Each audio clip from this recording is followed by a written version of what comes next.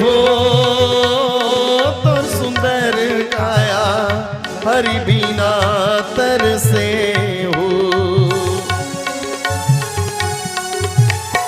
रे हो तोर सुंदर काया ना तोर सुंदर काया हरि बिना तरसे हो।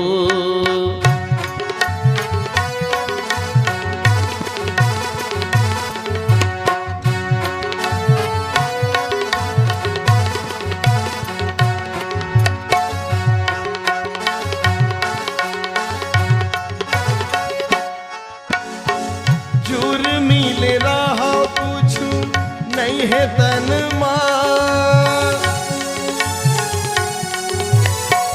जूर मिल रहा पूछू नहीं है तन मां, सारी दुनिया के माया रे दो। पूरे हो तय बसाले मन मां तोर सुंदर काया हरि बिना तरसे हो।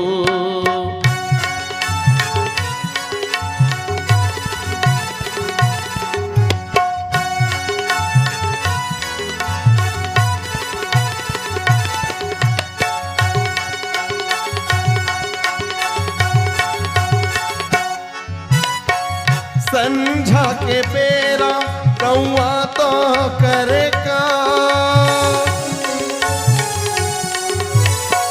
संझा के बेरा कौआ तो करे का,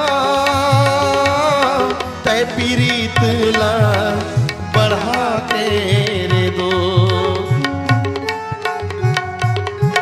और हो चल दिए आन गाँव तोर सुंदर काया हरि बिना तरसे हो।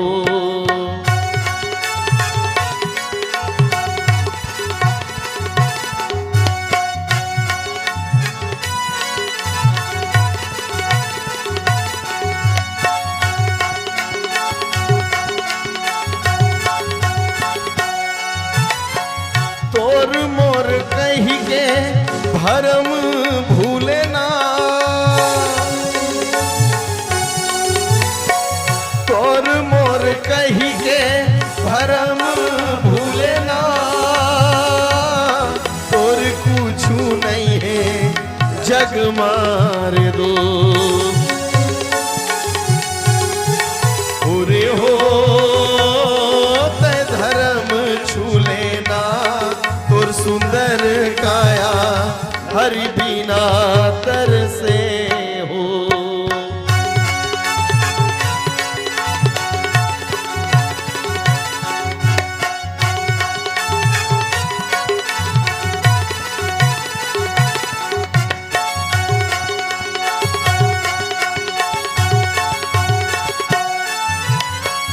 राम धर धनुष लखन धर बाण,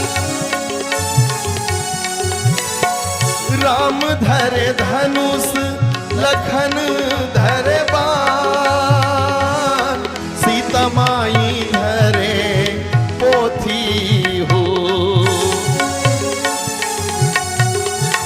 पूरे हो पाछू चले हनुमान तोर सुंदर काया हरि बिना तरसे हो।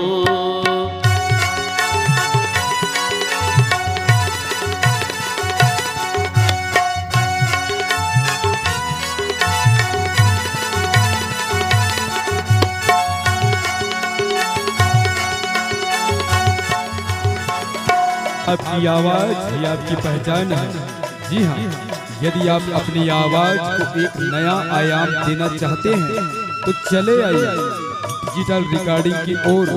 Sahu sound service Katangi Gandai. संपर्क करने के लिए मोबाइल नंबर है 9408287089887028।